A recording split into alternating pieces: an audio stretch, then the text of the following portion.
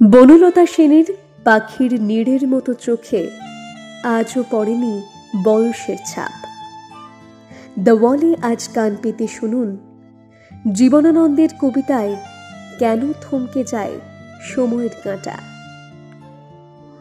বাংলা কবিতার আকাশে তিনি এক অনন্য নক্ষত্র, নরম, রহস্যময় এবং একা। জীবনানন্দ দাশ, যিনি বনলতা সেনের কবি নাকি প্রেমিক, সেই তিনি আবার সময়ের গভীরতম অভিঘাতের অনুবাদকও। চলে যাওয়ার 126 বছর পেরিয়েও তিনি আজও তাজা, চিরনূতন, প্রাসঙ্গিক। কারণ সময় যতই পাল্টেছে, মানুষের অন্তরের সেই চিরকালীন নিঃসঙ্গতা, প্রেম, অন্ধকারের আনাগোনা ঠিক ততটাই থেকে গেছে তার কবিতার মতো করে। জীবনানন্দ দাশ ছিলেন এক আশ্চর্য মৌলিক কবি। এমন এক স্তরে পৌঁছে তিনি কবিতা চর্চা করেছেন যেখানে সাধারণ পাঠকের পক্ষে পৌঁছানো প্রায় অসম্ভব ছিল, অন্তত সেই সময়। জীবনের প্রতিদিনের ক্ষুদ্র যন্ত্রণায় তিনি ছিলেন অন্যমনস্ক, কিন্তু কবিতায় তিনি ছিলেন পরম মনোযোগী, একান্ত, নিঃসঙ্গ সাধক। তার কবিতার প্রভাব শুধু তার সমসাময়িকদের মধ্যে পড়েনি, আজও বাংলা ভাষার পাঠকের মনের রাজ্যে তিনি রাজত্ব করেন। একবার তার কবিতায় মুগ্ধ হলে সেখান থেকে মুক্তি পাওয়া প্রায় অসম্ভব। তার জন্ম শতবর্ষে আবিষ্কৃত হয়েছিল তার বহু অপ্রকাশিত লেখা, গল্প, উপন্যাস, প্রবন্ধ, চিঠি, নোট, আরো কত কিছু। যেন তুতেনখামেনের ট্রাঙ্ক খুলে পাওয়া গেল কবিতার গুপ্তধন। এই প্রসঙ্গে সুনীল গঙ্গোপাধ্যায় লিখেছিলেন, যে গুপ্ত ছাপাখানা থেকে জাল নোট বেরোয়, সেখান থেকেই যেন জীবনানন্দের নতুন নতুন বই বেরিয়ে আসছে। মৃত্যুর 50 বছর পরেও তার অপ্রকাশিত রচনার খোঁজ মেলে। এমন অলৌকিক কাণ্ড বিশ্ব সাহিত্যে আর কোথাও ঘটেনি। এত নতুন রচনার পরেও কেউই তার ভাষা বা রীতিকে অনুকরণ করতে পারেননি। কারণ জীবনানন্দের মতো লেখা তো দূরের কথা, অমন করে ভাবা, অবলোকন করা, অনুভব করা ছিল কারো সাধ্যেরই বাইরে। বাংলা কবিতার গোধূলিতে এক স্বতন্ত্র আলো জ্বেলেছিলেন তিনি, নিঃশব্দ, একাকী, অথচ দীপ্ত। জীবনানন্দকে আজও পড়ব কেন? কারণ তার কবিতা সময়ের কাঁটায় হাত রাখে, টিকটিক করে মেপে চলে সময়ের রক্তচাপ। যে সময় থামে না, যে সময় ফুরোয় না, যে সময়ের কোনো গন্তব্য নেই, সেই বহমান সময়ই বয়ে চলে তার প্রেম, তার প্রকৃতি, তার শহর।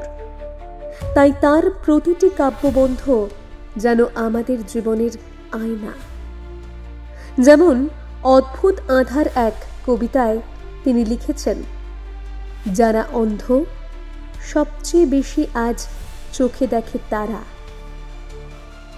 আজকের সমাজে এই পংক্তির মতো সত্য আর কি আছে?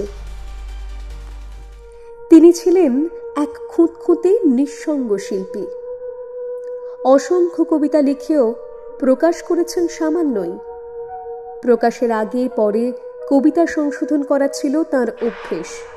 সম্পাদককে লিখে পাঠাতেন, অমুক কবিতাটি এখন ছাপবেন না, কয়েকটি শব্দ বদলাতে হবে। তার বিশ্বাস ছিল সকলেই কবি নয়, কেউ কেউ কবি। কবিতার পরিপূর্ণতা ছাড়া তার কিছুতেই শান্তি ছিল না। জীবনের শেষ দিকে হাওড়া গার্লস কলেজে চাকরি করতেন। তখন তিনি পশ্চিমবঙ্গের শিক্ষা সচিব হুমায়ুন কবিরকে লিখেছিলেন, আমি বিশিষ্ট বাঙালিদের মধ্যে পড়ি না, কিন্তু আমি সেই মানুষ যে প্রতিকূলতার মধ্যেও প্রতিটি দ্রব্যকে সোনা বানাতে চায়। ভবিষ্যতে আমার মূল্যের বিচার হবে, কিন্তু হয়তো আমি তা দেখে যেতে পারবো না। বনলতা সেন, তার প্রেমের প্রতীক। আমি ক্লান্ত প্রাণ এক। চারিদিকে জীবনের সমুদ্র সফেন। এই পংক্তি আজও কাঁপায় পাঠককে। আকাশ লীনায় তিনি লিখেছিলেন, সুরঞ্জনা, ওইখানে যেও না কো তুমি। প্রেমিকের আরতি এক চিরন্তন মানবিক অনুভব। দেশভাগের বিভীষিকা তার কবিতায় নেমে এসেছে রক্তাক্ত বাস্তবতার মতো। মানুষ মেরেছি আমি, তার রক্তে আমার শরীর ভরে গেছে।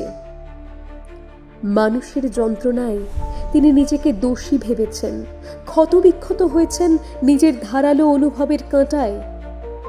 কবিতার বাইরে জীবনানন্দের গল্প ও উপন্যাসও অসাধারণ। মাল্যবান, সুতীর্থ, কারুবাসনা তার গভীর আত্মবিশ্বাসের সাক্ষ্য।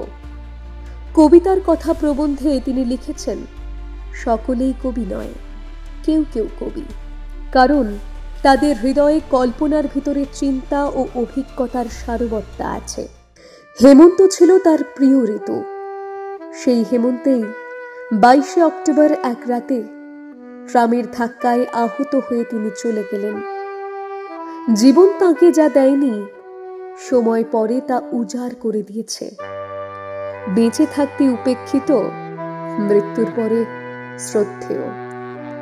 সময়ের কোলাহলে আজও তার শব্দে শোনা যায় এক পুরনো বাতাসের সোঁদা গন্ধ, শরতের নরম সোনালি রোদে মিশে থাকা অজানা বিষণ্ণতা।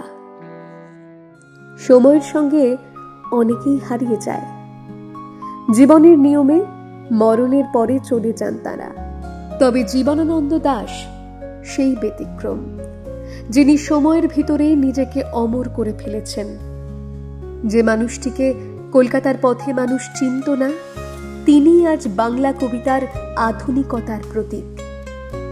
ট্রামের নিচে তার দেহ থেমেছিল, কিন্তু তার শব্দেরা আজও হেঁটে চলেছে শহরের গলি, নদীর ধারে বা হেমন্তের ধুলোয়।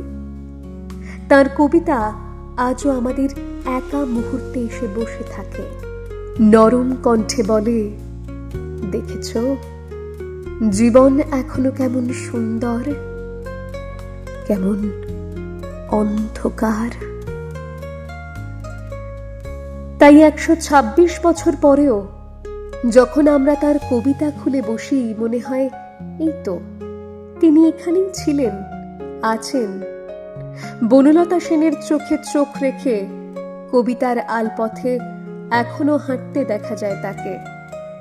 হয়তো চেনাও যায়, কেবল ধরা যায় না, কুয়াশায় ঝরে পড়া আতশের মতো। আজকের পর্ব এই পর্যন্তই। পরবর্তীতে এমন নানা গল্প কথা শুনতে কান পাতুন দ্য ওয়ালে।